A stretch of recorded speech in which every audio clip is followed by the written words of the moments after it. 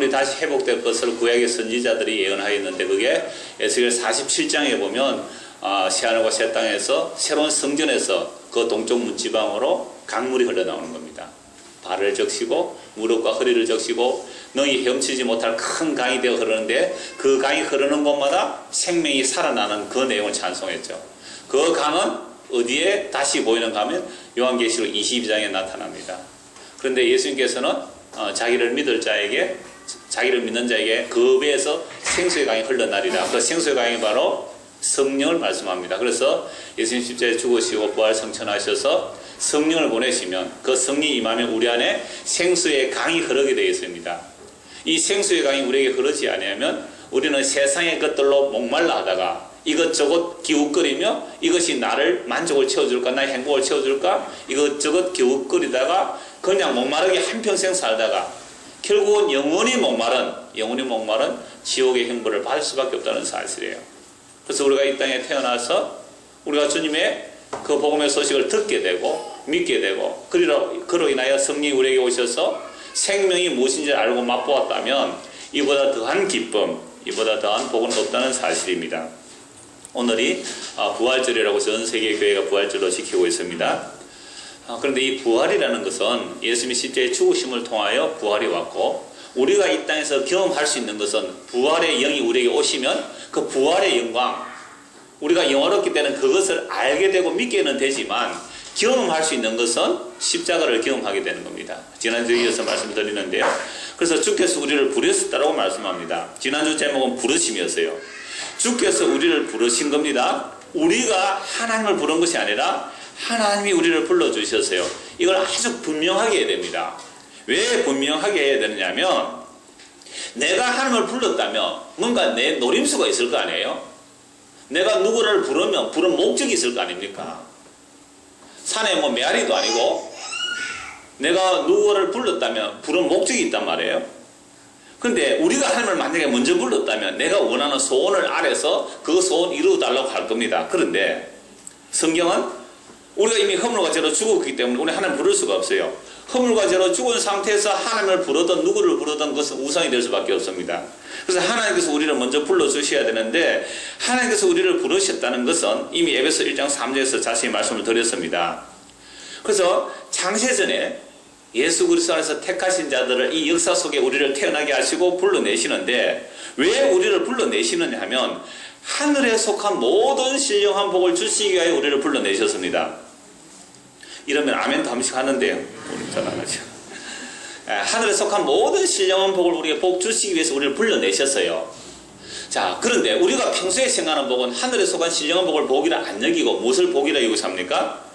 그냥 세상 사람들도 똑같이 복이라 하는 그 복을 복으로 여기고 살거든요. 이걸 교체시켜야 됩니다.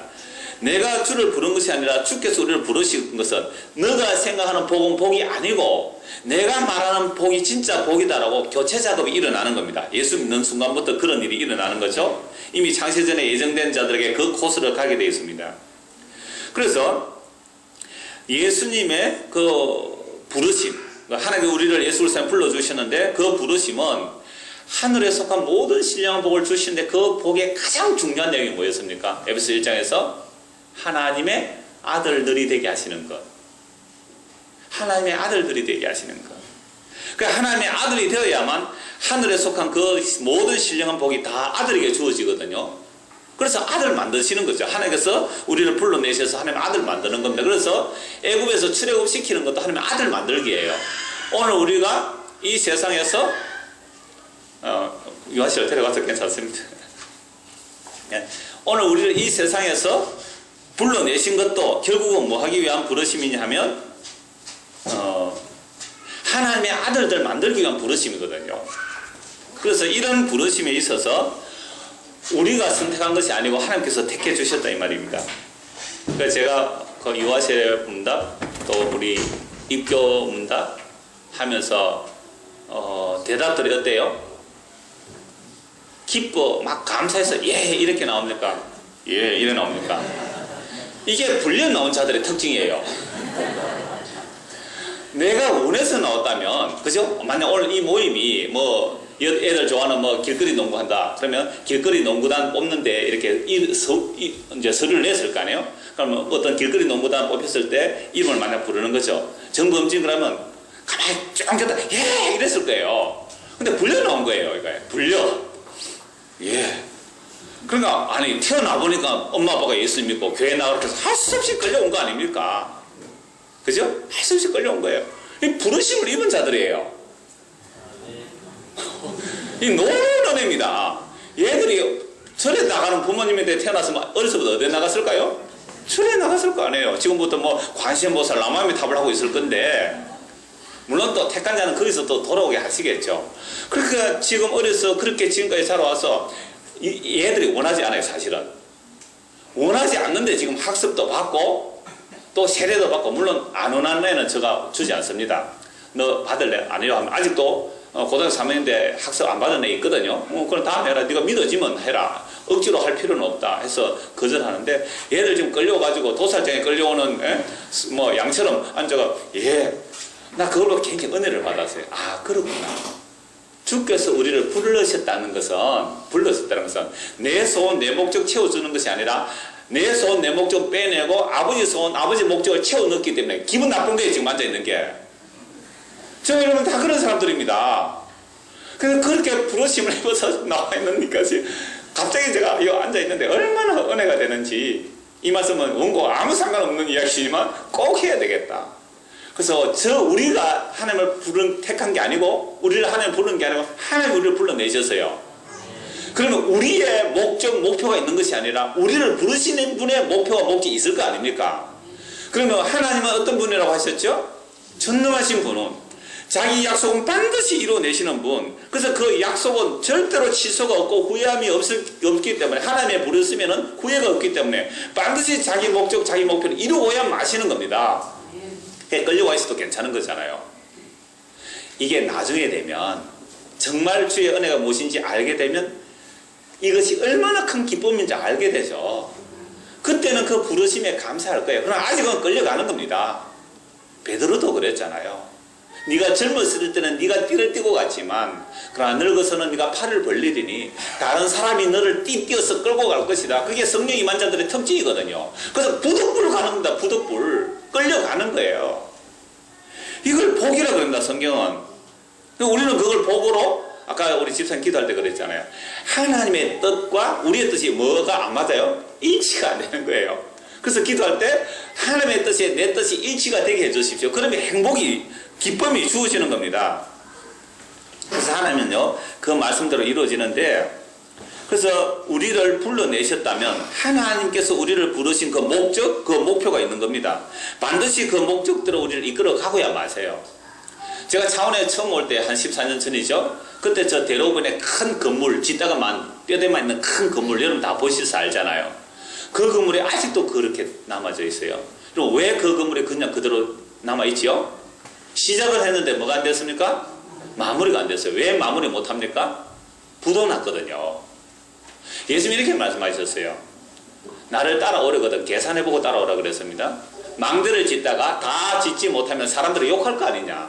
아니 다 이루지도 못할 그 시작만 해놓고 끝을 못 맺었다. 이 건물은 작은 건물이에요. 이런 건물이 425개가 있어요. 우리 대한민국 안에 수백억짜리 건물들, 수천억짜리 건물들을 시작만 해놓고 완성을 못한 건물들이 얼마나 많은지 몰라요. 그것은 결국 뭐가 없었어요? 재정이 부족해서, 능력이 부족해서 완성을 못한 거 아닙니까? 근데 하나님은 어떤 분이라고요? 영원하시고 전능하시기 때문에 하나님께서 우리를 자기 목적과 목표에 맞게 불러내셨다면 반드시 뭐 하고 마신다고요? 이루어가고 마시는 거예요. 반드시 이루어가고 마시는 겁니다. 이사야 55장 10절 11절 읽어드리겠습니다. 이는 비와 눈이 하늘로부터 내려서 그리로 되돌아가지 아니하고 땅을 젖어서 소출이 나게 하며 삭이 나게 하여 파종하는 자에게는 종자를 주며 먹는 자에게는 양식을 준과 같이 내 입에서 나가는 말도 이와 같이 헛되이 내게로 되돌아오지 아니하고 나의 기뻐하는 뜻을 이루며 내가 보는 일에 형통함이니라. 그럼 비가 오면 흘러내려가 버린 것 같잖아요. 그런데 그 비는 삭을 틔우고 곡식을 자라게 하고 봄이 되는 꽃도 피게 하는 그 모든 일들을 다 이루고 있거든요. 비가. 그와 마찬가지로 하나님의 입에서 나간 말씀은 헛되이 되돌아오지 아니하고 하나님의 그 뜻을 반드시 이루고 반드시 성취하고야 말겠다는 하나님의 말씀입니다. 자, 그래서 오늘 저와 여러분 이 세상에서 부르심을 받았는데 부르심을 받은 자는 부르심에 합당하게 행하라 라고 말씀합니다. 다시 1절 본문 보시죠. 그러므로 주 안에서 같이 내가 너희를 권하노니 너희가 부르심을 받은 일에 합당하게 행하라 라고 말씀하죠. 부르심에 합당하게 행하라. 그런데 이 말에 우리가 기꺼이 순종하고 부르심에 합당하게 갑니까? 잘 안 갑니까? 잘 안 갑니다. 잘 안 간단 말이죠. 그러나 하나님은 자기가 하신 말씀을 그게 직설법이든 명령문이든 상관없이 자기가 한 말씀을 자기가 이루어내시는 거예요. 그래서 성경을 하나님의 말씀이라고 하는 것은 하나님 자신이 그 말씀대로 이루겠다는 겁니다. 그래도 복음 전하는 사람이 있어서 구원받았잖아요. 아니요. 복음 전하는 그 사람도 하나님께서 말씀으로 세워주신 거예요. 보내심을 받았기 때문에 전하는 것이지 자기 스스로 오면 그건 사꾼이요. 그건 거짓 선지자예요.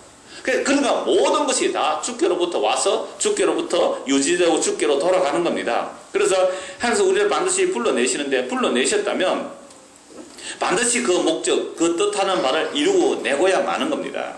그래서 우리 보고 부르심에 합당하게 행하라 이러니까 그래 내가 이제 예수 믿고 내가 거듭났으니까 내가 이 말씀대로 열심히 순종해야지. 요거 지난주 말씀드렸죠. 그게 여러 가지가 나올 수 있어요. 내가 열심히 순종해야 되는데 만약에 예수 믿고 나서 제대로 순종하지 않으면 구원에서도 잘릴 수 있어. 알미니안이거든요. 구원에서도 잘릴 수 있어. 그러니까 열심히 노력해. 이렇게 나올 수 있는 겁니다. 때로는 세대주의 해석을 하자면 대충 이렇게 예수 믿다가는 휴거가 안 된다. 그러니까 휴거 안 되면 7년 대환에 남겨져서 순교 안 하면 구원 못 받으니까 평소에 생활 잘해. 하여튼 이런 식으로 얼마든지 교리를 만들어 나갈 수 있는 거죠. 부르심이 합당해라 이 말씀을 해석하는 데 따라서 이렇게 저렇게 다 나올 수 있는 거예요. 근데 복음 전한다는 사람들은 이렇게 전하죠. 여러분 부르심에 합당하게 행하라고 주님 말씀하셨지만 우리는 절대로 합당 행할 수 없습니다. 그러니까 대충 사십시오. 뭐 이렇게 나올 수도 있잖아요.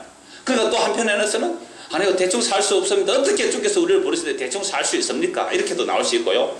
벌써 굉장히 복잡해지죠. 네 가지 이야기했습니다. 왜 이렇게 복잡합니까? 인간의 죄가 그렇게 만만하고 호락호락한 것이 아니거든요. 끊임없이 우리를 그리스도에서 끊어내려고 하는 것들이 많이 있기 때문에 얼마든지 복잡하게 나오는 겁니다. 그러나 성경은 하나님의 말씀이고 하나님의 말씀은 하나님께서 반드시 이루겠다는 하나님의 뜻의 표명, 하나님의 뜻의 내용들을 이 계시를 통해 담아두셨죠. 그래서 이 말씀은 반드시 이루어지는데 누구에게 반드시 이루어지냐면 창세전에 예수 그리스도의 택한 자들에게 불러내시고 그 불러내신 자를 반드시 의롭다 하시고 의롭다 하신 것들을 반드시 영원롭게 하신다는 겁니다. 이거 나중에 로마서 다시 한번 찾아보도록 하고요. 먼저 베드로전서 2장을 한번 봅시다. 베드로전서 2장입니다.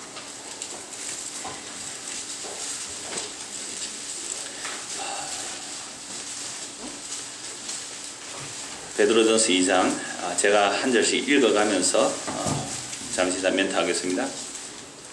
그러므로 모든 악독과 모든 기만과 외식과 시기와 모든 비방하는 말을 버리고 이 말을 왜 하느냐면 복음을 듣고 믿었다 이 말이죠. 23절 보십시오. 1장 23절 너희가 거듭난 것은 썩어질 시로 된 것이 아니요 썩지 아니할 시로 된 것이니 살아있고 항상 있는 하나님의 말씀으로 되었느니라. 우리가 거듭난 것은 하나님의 말씀이죠. 그 말씀이 육신이 되어서 십자에 죽으시고 부활 성천하셔서 성령 우리에게 부어주시니 그 말씀 바로 그 말씀이 그게 복음이에요. 그러므로 모든 육체는 풀과 같고 그 모든 영광은 풀의 꽃과 같으니 풀은 마르고 꽃은 떨어지되 오직 주의 말씀은 세세토록 있도다 하였으니 너희에게 전한 복음이 곧 이 말씀이니라. 즉 복음을 전했습니다. 복음을 전해서 복음을 받아들이면 뭐에 대해서 추구하지 않느냐면 자기 육체 그 풀과 같은 육체 그 풀의 꽃과 같은 그 세상에 잠시 있다 사라질 영광 그게 아니라 영원토록 있을 그 하나님의 말씀에 반드시 관심을 가지게 되어 있습니다. 2장 1절 그러므로 이렇게 우리가 복음을 듣고 예수를 믿으면 그러므로라는 거죠. 모든 악독과 모든 기방과 외식과 시기와 모든 비방하는 말을 버리고 갓난 아기들 같이 순전하고 신령한 젖을 삼아라. 우리가 거듭났다면 다른 말로 부르심을 입었다면 반드시 무엇을 사먹게 되어 있다고요? 신령한 젖. 신령한 젖이 뭐죠? 말씀이잖아요.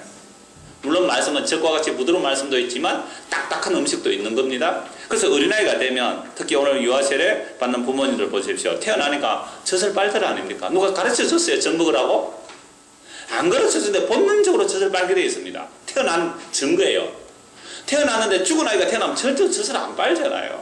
그것처럼 우리가 거듭났다면, 위로부터 부르심을 받았다면 반드시 무엇을 사모하게 되어 있어요? 신령한 젖을 사모하게 되어 있어요.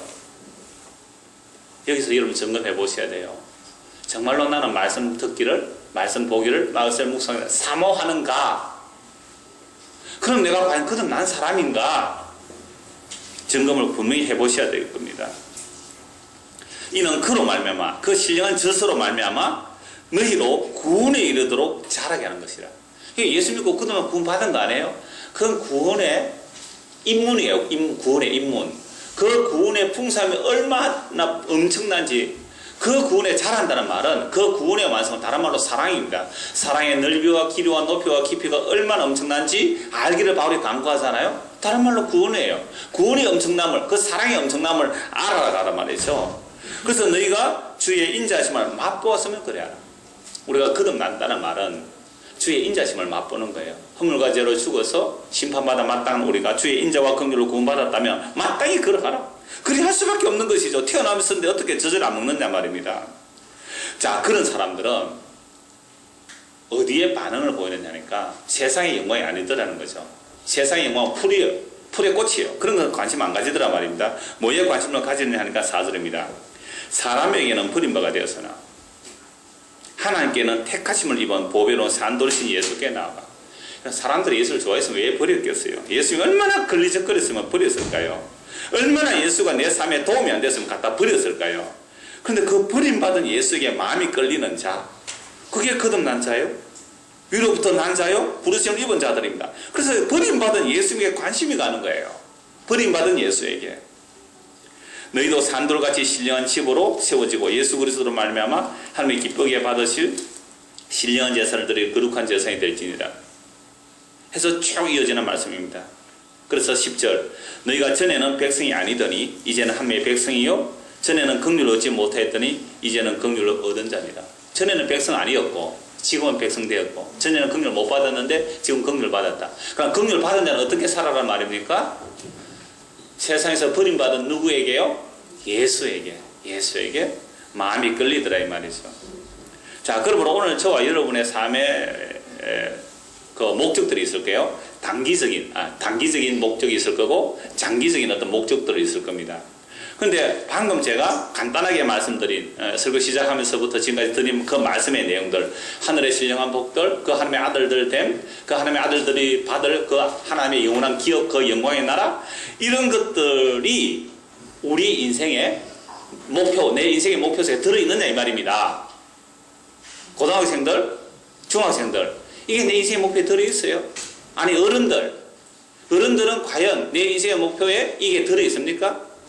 내 단기적인 목표, 올해 안에 이루어야 될 것, 이번 달 안에 돈 맞춰 넣을 것, 이번 주 안에 해결해야 될 것, 이건 계획이 다 들어있잖아요. 어떻게 할까 머리 쓰잖아요. 아니 또 장기적인 목표, 그 장기적인 목표들 다 가지고 계실 텐데 그러한 목표와 계획들 속에 과연 하나님께서 우리를 불러내시고 부르신 자들의 이런 것들을 채워주시고 사는 그 목표들, 하나님의 목표들이 우리 안에 과연 있느냐 이 말입니다. 그러니까 평소에 우리가 원하고 내가 원하는 목적들을 위해서 하나님을 부른다면 그 우상숭배라 그랬습니다. 그러면 교회 나가든 절에 나가든 상관없다 이 말이죠. 그러므로 하나님께서 왜 우리를 불러내셨는지, 그 부르심의 소망이 무엇인지, 그 기업의 영광의 풍성함이 무엇인지, 하나님께서 능력으로 강력하게 역사하신 그것들이 무엇인지 말씀을 통해서 알고, 와, 그런 일들을 하나님께서 우리에게 이렇게 은혜를 베풀어 주셨구나 감사하고 찬송하는 것, 이런 것이 우리의 삶의 방향과 목적이 아니라면 늘 불행합니다. 교회 다녀도 불행하다니까요. 왜? 내 목적과 하나님의 목적이 서로 맞지 않기 때문에. 그러니까 늘 불만이에요. 하나님 왜 내 원하는 대로 안 들어주나? 내가 이렇게 정성을 바쳤는데, 내가 이렇게 주의를 지켰는데, 내가 이렇게 11절인데 왜 하나님 내 손을 안 들어주느냐? 늘 불만투성이에요. 이건 전혀 하나님의 부르심의 목적과 맞지 않아요. 그래서 하나님께서 자기 백성을 부르셨을 때 불러내셔서 하나님의 자기 뜻을 그 부르신 자 안에 채워 넣어야 되니까 기존에 있는 것을 뽑혀져 나가야 되는 거 아닙니까? 그 예레미야 1장 10절 말씀 지난 수요일 말씀드렸잖아요. 뽑고 파괴하고 파멸하고 무너뜨리고 나서 건설하며 심는 겁니다. 우리가 50년 동안 이 땅에서 살아왔다면 50년 동안 뿌리 깊게 놓여있던 그 내 소망, 목적, 꿈들 그거 몽땅 빼내야 되잖아요. 얼마나 걸릴까요? 그 빼내는 과정이. 그러면 때가 조금 묻었던 것은 씻으면요 빨리 이렇게 씻겨집니다. 때가 한 20년 동안 묵은 때들 있잖아요. 예를 들어서 뭐 환풍기 후드에 그 끈적끈적한 그 기름 때들요, 그거 한번 씻어 보셨나요? 한 5년만 한 묵은 때 한번 씻겨 보십시오. 안 씻어집니다. 그건 우리가 지금까지 살아온 내 삶의 목적과 방향들이 하루아침에 뒤틀 바뀌어질까요? 안 바뀝니다. 얼마나 탄성이 강한데. 그래서 그걸 깨내시고 하나님의 소원하신 것을 이루시기 위하여 하나님께서 우리에게 일하십니다. 그 말씀을 한마디로 하면 부르심에 합당하게 행하라. 이 말은 너희는 이 코스로 가게 돼 있어, 이 말씀이에요. 너희들은 이 코스로 가게 돼 있어. 네가 원하든 원치 않든 끌려서 가게 돼 있다는 겁니다. 그러니까 끌려갈 바에야 질질 끌려가지 말고 주어 동행하면서 기쁘게 가라 말 아닙니까? 어차피 가야 할 거 아니에요. 어차피 오늘 입교 문답 하신 분, 세례 문답 하신 분 예라고 대답했지만 끌려왔잖아요. 지금까지 앞으로 더 혹독하게 끌고 가실 거예요. 미리 항복하고 학생 때부터 예 주님 하고 끌려가란 말이에요. 그럼 기쁘게 갈 수 있는 겁니다. 십자가 지는 것이 어려운 일이 아니에요. 내 머리는 십자가 그랬잖아요. 십자가 져보세요. 안 질려고 도망가니까 힘들고 어려운 것이죠. 진짜 십자가 져버리면 평안과 안식과 기쁨이 온다니까요.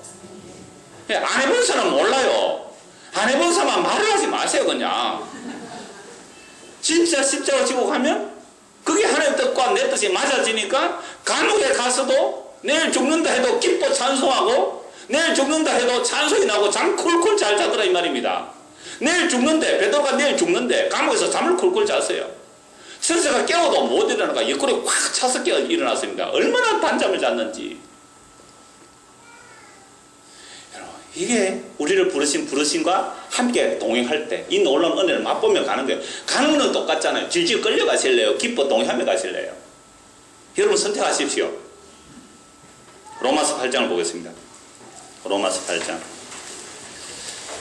오늘 세례식과 선정에 있어 시간이 조금 걸리겠습니다만 빨리 하도록 하겠습니다. 로마서 8장 28절입니다.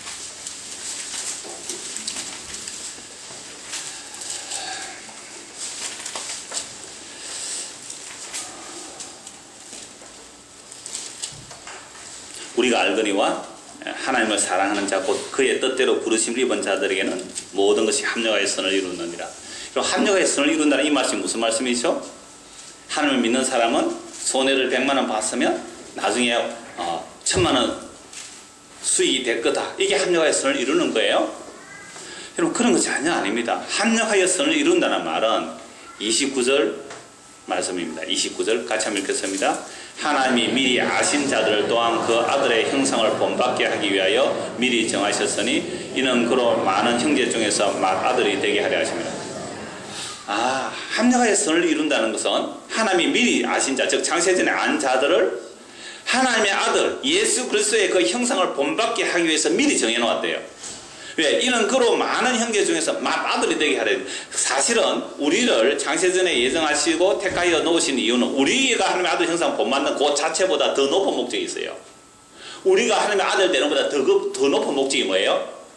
예수 그리스도가 뭐가 되셔야 돼요? 맏아들 되시는 거예요. 성경에서 맏아들, 성경에서 장녀는 항상 무엇을 통해서 맏아들이 됩니까? 자기 희생, 자기 죽음으로 다른 형제를 살려내 그게 맏아들이거든요. 서열이 아니에요. 혈통이 아니란 말이죠. 교회도 장자는 누가 장자겠어요? 자기 죽음으로 다른 자를 살려내내 그게 장자잖아요. 덩치 크다고 장자교단이 아니고 오래됐다고 장자교단이 아니고 누가 죽느냐 말이에요. 누가 죽느냐. 그래서 그 맏아들의 맏아들 때문에 영광을 위하여 우리를 뭐 하려고요? 불러내신 거예요. 그래서 누구 형상 본받게 하려고요? 아들의 형상을 본받게 하는 겁니다. 그 아들의 형상을 본받는다는 것은 이 땅, 이 역사 가운데서는 십자가 외에는 없단 말이에요. 부활과 영화는 묵시세계입니다. 부활과 영화를 역사 속에 경험할 수 없잖아요. 그러나 이미 완성해 놓았습니다. 30절 보십시오. 또 미리 정하신 그들 또한 부르시고, 놀랍죠? 부르심 그랬죠. 부르심 지난주에 그 오늘은 무슨 제목이 뭐예요? 부르심에 합당하란 말이에요. 부르심에 합당하게. 부르심에 합당, 불러내셨어요. 왜 우리를 불러내셨어요? 불른 이유가 뭐예요? 나오잖아요. 답이 뭐예요? 의롭다 하려고 불러내셨어요. 불러내신 이유 부자되게 하려고 불러내신 게 아니고 세상에서 성공하려고 불러내신 게 아니라 뭐 하려고 불러내셨어요? 의롭다 해주려고. 의롭다 함을 받지 못하면 영원한 책임을 못 얻잖아요. 의롭다 하게 해주려고 불러내셨다니까요. 그래서 교회 나온 사람 입이 부동하게 튀어나와 있어요. 쭉 입이 튀어나오거든. 내가 원하는 거 주도 안 하고 시끄러운 거예요. 여러 곳에서. 그 내가 원하는 거 주도 안 하고 씩씩 하는 그 씩씩거림이 철야 기도로 나오더라 이 말이죠. 씩씩거리면서. 그게 금식으로 나오는 거예요. 그게 줄에서 헌신 봉사로 나오더란 말이죠. 언제까지 안 주는지 한번 보자. 네가 이나 내가 한번 해보자 안 돼. 라고 나가는 거. 그게 무슨 신앙이에요. 우리를 부르신 것은 우리에게 이것저것 주시기 위함이 아니라 우리에게 의롭다 하기 위해서 불러내셨잖아요. 그 다음에 또 뭐 하려고요? 세상에 의롭다 하실 뿐만 아니라 뭐 하셨다고요? 영화롭게. 그러면 이 말씀에는 완료형이잖아요. 이미 우리가 어떻게 되어 있어요? 영화롭게 된 거예요. 이걸 묵시라 그러잖아요. 예수 그리스도 안에서 이미 영화롭게 된 자들입니다. 예수 그리스도가 부활의 영광의 몸으로 우리가 영화롭게 이미 되어 있습니다. 그런데 이 역사 속에서 보니까 아직도 안 됐잖아요. 그러니까 이 역사 속에 우리를 살려두신 이유가 뭘까요? 왜 이렇게 살려두셔요? 이 땅에서 뭐 하려고? 하나님의 아들의 형상, 우리를 부르신 분의 목적이 하나님의 아들의 형상이 우리에게 더 입혀지기 위해서, 하나님의 아들의 형상이 우리 안에 새겨지도록, 하나님의 아들의 형상이 우리 안에 들어오도록, 우리의 그 사람이 구피해지고 우리의 속사람이 날로 새로워지도록 그렇게 우리를 이 땅에 살려놓으신 거죠. 자, 그렇다면 하나님께서 우리를 불러내셔서 반드시 이 코스로 가게 만드시는데, 이렇게 합력하여 선을 이룬다는 것은 하나님께서 우리를 부르신 그 부르심의 목적에 분명하게 맞도록 만들어 가고야 마셨는데, 하나님 우리를 불러내시고 계획하셨잖아요. 그 일을 위하여 성령님이 어떻게 해주십니까? 26절, 8장 26절. 이와 같이 성령도 우리의 연약함을 도우시나니 우리는 마땅히 기도할 바를 알지 못하나 오직 성령이 말할 수 없는 단식으로 우리를 위해 친히 간 것이느니라. 성령께서 우리 안에서 단식하며 기도하고 계세요. 뭐 하게 하려고요? 성령이 뭐 하려고 우리 안에서 기도하시겠어요? 하나님의 아들의 형상을 본받도록 기도하시는 겁니다. 성령님께서. 우리는 그거 기도한 적 있어요? 없어요? 없잖아요. 내 필요한 돈이나 줬으면 좋겠다, 이런 기도는 많이 했잖아요. 그러니까 돈 달라고 하면 너무 노골적이니까 다른 말로 기도하죠. 바꿔서 좋게 거룩하게 포장해서, 하나님, 제가 하나님의 선교를 위하여 내가 열심히 하고자 하오니 복권 하나 당첨되게 해주십시오. 내가 주의 일을 위하여 한 달에 11조를 1,000만 원 하게 해주십시오. 나머지는 다 뭐 하려고요? 이게 도둑놈 신보죠. 이게 하나님께서는 그렇게 우리를 불러내신 게 아니잖아요. 성령이 우리 속에서 말할 수 없는 탄식으로 기도하시는 것은 그 신보를 성령께서 덜쳐내는 거예요. 야, 니 그 기도 무슨 기도야? 그 진짜 하나님 영광 맞아? 라고 책망해 주시는 거예요. 성령께서. 오 주여, 내 기도마저 죄였군요. 거룩한 하나님의 영광을 위한다는 그 기도마저, 우리 교회 하나님의 영광 돌리자는 그 기도마저 그 속에 숨어 있었던 내 영광이라는 그 제약됨이 들통나는 거예요. 오늘 오후에 회개조차도요, 하나님 앞에 이용하더니 회개조차도 오늘 오후 사사기 있어. 그래서 성령께서 말하는 탄식으로 기도하실 뿐만 아니라 또 누가 기도하세요? 예수님께서 기도하세요. 34절, 8장 34절. 누가 정죄하려 죽으실 뿐 아니라 다시 살아나신 이는 그리스도 예수시니 그는 하나님 우편에 계신 자여 우리를 위하여 간구하시는 자시라. 예수님도 기도하시죠. 그래서 반드시 우리는 뭐가 될 수밖에 없어요? 하나님의 아들의 형상을 본받을 수밖에 없습니다. 그러면 하나님의 아들의 형상을 본받기 위해서 우리가 역사 속에서 당하는 일들이 뭐냐라고 하면 35절입니다. 누가 우리를 그리스도의 사랑에서 끊으리요? 환락, 곤고, 박해, 기근, 적신, 위험한. 자, 이런 것들이 닥칠 때에 사랑에서 끊을 수 없다는 것을 확인시키는 과정이지, 환난 그 자체가 하나님의 사랑에 끊을 수 없다는 것을 확인시키는 거예요. 그러니까 환난, 공고, 박해, 기근, 적신, 위험한, 종일 도살당할 양같이 이경을 받고 끌려왔잖아요. 오늘 학습 문답한다고 끌려온 이 도살당할 양처럼 하고 앉았던 이런 모습으로 우리가 끌려가는 거죠. 자, 그러나 이 모든 일에 우리를 사랑 그 사랑으로 말미암아 우리가 넉넉히 이기느니라. 내가 확신하노니 사망이나 생명이나 천사들이나 근세자들이나 현재나 장래일이나 능력이나 높음이나 깊음이나 다른 어떤 피조물이라도 우리를 우리 주 그리스도 예수 안에 있는 하나님의 사랑에서 끊을 수 없으리라. 자, 이게 하나님의 아들의 형상을 본받아가는 삶의 코스인데요. 이걸 오늘 본문 다시 보십시오. 에베소 4장 2절 3절입니다. 모든 겸손과 온유로 하고 오래 참음으로 사랑 가운데 서로 용납하고 평안에 매는 줄로 성이 하나 되게 하신 것을 힘써 지키라라고 말씀합니다. 이런 환난이 우리에게 닥침으로 우리에게 무슨 유익이 있을까요? 환난이 닥침으로 겸손해집니다. 여러분, 사람이 모든 자기 뜻하는 계획이 잘 되고 승승장구하면 겸손해지지가 않아요. 여러분, 세상에 자격을 많이 갖추면 갖출수록 그 사람이 겸손해집니까? 교만해집니까? 세상에 자격을 안 갖춰봐서 잘 모르죠. 가만히 가시면 가실수록요 교만해진다니까요. 아무나 따는 운전 면허증 하나만 가져보세요. 뿌듯해지다니까요. 스펙 많이 쌓는 거 그게 세상의 일 아닙니까? 그런데 나는 운전 면허도 하나 못 땄습니다. 5번 시험 치고 5번 떨어진다. 얼마나 겸손해지겠어요? 물론 두 가지입니다. 하나는 그래 두고 보자. 5기로 하겠다 해서 뭐 한 100번 시험 쳐서 합격하는 그런 사람 있잖아요. 이런 사람 예수 믿기 참 힘든 사람이에요. 그냥 떨어지면 나 이렇게 연약합니다. 이렇게 되면 되잖아요. 그게 겸손이거든요. 그러니까 이 제가 겸손, 온유, 오래 참은, 양선 뭐 다 성의 열매들인데요. 이런 것들은 언제 우리에게 나오느냐 하면 환난, 공고, 위험, 적신, 칼, 위험 이런 것들을 통해서만 겸손이 나옵니다. 이 바울 사도 시대에요. 겸손, 온유 이런 것은요 종들이나 하는 멸시받는 단어였어요. 이 단어 자체가. 여러분, 로마 시대 때 권력을 가진 자는 어떤 사람입니까? 어린 아이로부터 절대로 자존심 죽이면서 안 키웁니다. 너는 총독의 아들이야. 너는 귀족의 아들이야. 그래서 종들을 부리고 명령하고 건세자로 키웁니다. 그러니까 그런 애들이 결국 나중에 어른이 돼서도 그대로 건세를 가지고 키우잖아요. 겸손은 누구나 하는 게 겸손입니까? 종들이 하는 게 겸손이잖아요. 다른 나라에서 붙잡혀 와가지고 다른 나라에서 장군일지라도 포로 잡혀서 겸손해야지. 안 그러면 죽여버리니까. 온유가 어디서 나옵니까? 힘이 있는데 힘을 쓸 수 없는 걸 온유라 그래요. 그래서 로마의 이거 뭐 죽이라 할 때 이러면 죽이는 거예요. 이러면 살리는 거잖아요. 이 결정할 수 있는 사람들에게 겸손이 있습니까? 그들에게 온유가 있어요? 그러한 가치를 추구하는 시대에 겸손과 온유를 이야기한다는 것은 이건 정말로 종의 모습으로 가라는 이야기거든요. 근데 이게 항상 우리를 부르신 무슨 목적이라요? 부르신 목적. 다 말씀드리려면 수련회 가서 봅시다. 그래서 모든 겸손 온유를 하고 오래 참음으로 사랑을 서로 용납하고 한번 보십시오. 겸손 온유 오래 참음 서로 용납 그리고 평안에 매는 줄로 성이 하나 되게 하신 것을 힘써 지키라.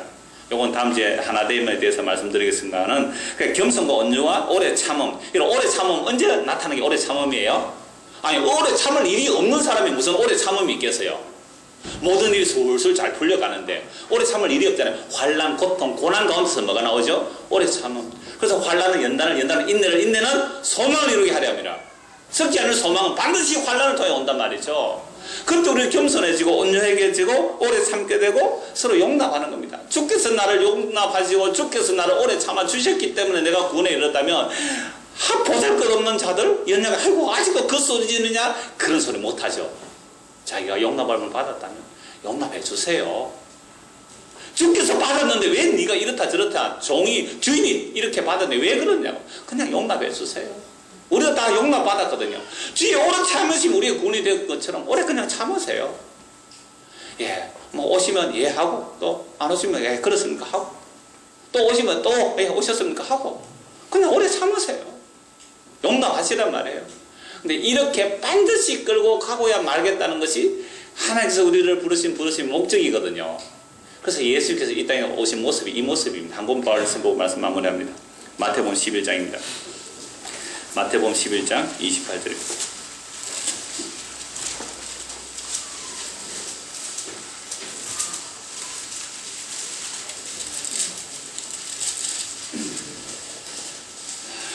(28절에서 30절) 우리 같이 한번 읽겠습니다.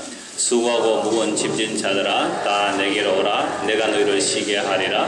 나는 마음이 온유하고 겸손하니 나의 멍에를 메고 내게 배우라. 그리하면 너희 마음이 쉼을 얻으리니 이는 내 멍에는 쉽고 내 짐은 가벼움이라 하십니다. 우리가 수고하고 무거워진 이유는요, 하나님의 부르심과 다른 내 목적을 가지고 있으니까 수고하고 힘든 거예요. 한번 생각해 보십시오. 하나님이 우리를 부르신 그 부르심의 목적하고 내가 평소에 가지고 있던 그 삶의 목적하고 서로 다르니까 뭐가 와요? 수고하고 무거운 짐을 지고 가는 거예요. 물론 이건 이 당시에 또 율법이기도 했습니다. 율법의 목적은 예수 그리스도를 증거하는데 율법을 지켜서 스스로 어렵다니까 힘든 거예요. 율법이고, 오늘 우리 시대로 적용하자면 하나님이 우리를 부르신 목적이 어렵다 하시고 영어롭게 하시는 것이고 하나님의 아들의 형상을 덧입히는 게 하나님의 부르신 목적인데 우리의 목적은 다른 거잖아요. 그러니까 힘든 거 아닙니까? 그러니까 힘든 거죠. 그래서 이런 말씀은요, 아들의 소원대로 계시를 받는 자 외에는 받을 수가 없는 말씀입니다. 오늘 이야기가 전부 걸림돌의 말씀이에요. 세상에 내 목적 이루려고 하는 사람은 전부 걸림돌이 되는 말씀이잖아요. 그래서 이건 아버지의 소원대로 아들의 소원대로 계시를 받는 자만 아버지를 알 수 있는 겁니다. 아버지의 말씀을 아는 거죠. 그래서 예수님 말씀, 나는 마음이 뭐하고요? 온유하고 겸손하니 내게 와서 배우라. 이 땅에 예수님 안 계세요. 지금 예수님 안 계시잖아요. 그리스도의 영이 와서, 오늘 우리에게 그리스도의 영이 와서 우리가 무엇으로 살아라고요? 온유와 겸손으로 살아라. 그래야 세상에서 뭘 보게 돼요? 예수를 보고 갈 거 아닙니까? 예수를. 어디서 예수를 보겠습니까? 그래서 오늘 저와 여러분의 삶에 그래, 온유 겸손 이 코스로 가고야 말겠구나. 환난과 공고와 핍박을 통하여 오래 참게 하셔서 결국 이 코스로 가게 만드시고야 말 그 하나님의 전능하신 능력과 우리 주 예수 그리스도의 기도와 그 성령의 기도를 믿고 살아가는 저와 여러분 되기를 소원합니다. 기도하겠습니다. 하나님 아버지, 우리를 불러내시고 하나님의 목적으로 가게 하기 위하여 사람 막대기를 사용하시고 인생 채찍을 사용한다고 성경 말씀합니다. 나에게 닥쳐진 사람 막대기 인생 채찍들은 나의 목적을 꺾어내시고 하나님의 목적을 이루시기 위한 하나님의 사랑으로 받을 수 있도록 우리의 지각을 열어주옵소서. 우리의 믿음의 눈을 열어주시옵소서. 우리의 마음을 넓혀주십시오. 그리하여 환난조차 하나님의 사랑이며 감사이며 하나님의 아들의 형상을 본받기 위한 지극한 하나님의 사랑임을 알고 믿을 수 있는 우리 모두가 되게 하여 주옵소서. 예수 그리스도 이름 받들어 기도드리옵나이다. 아멘. 이어서 성찬식 하도록 하겠습니다. 장로님 나오셔서 수금 들어주시기 바랍니다.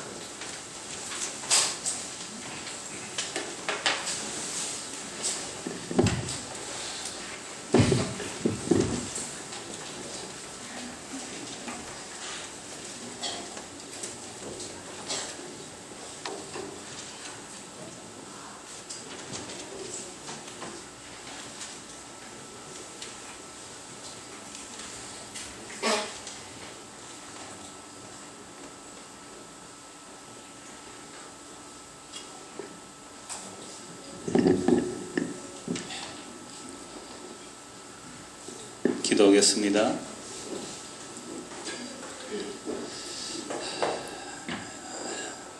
유월절 최후의 만찬 때에 예수님께서 제자들에게 떡을 떼어주시면서 이 떡을 먹으라. 이것은 내가 너에게 생명을 주기 위한 내 살이라고 말씀하셨습니다. 예수님의 살찌으시만이 우리의 참된 생명임을 믿음으로 받아들일 수 있도록 은혜를 다하여 주옵소서. 예수님 이름으로 기도드리옵나이다. 아멘. 세례 받으신 분들 또 입교문답 하신 분들 떡 받으시기 바랍니다.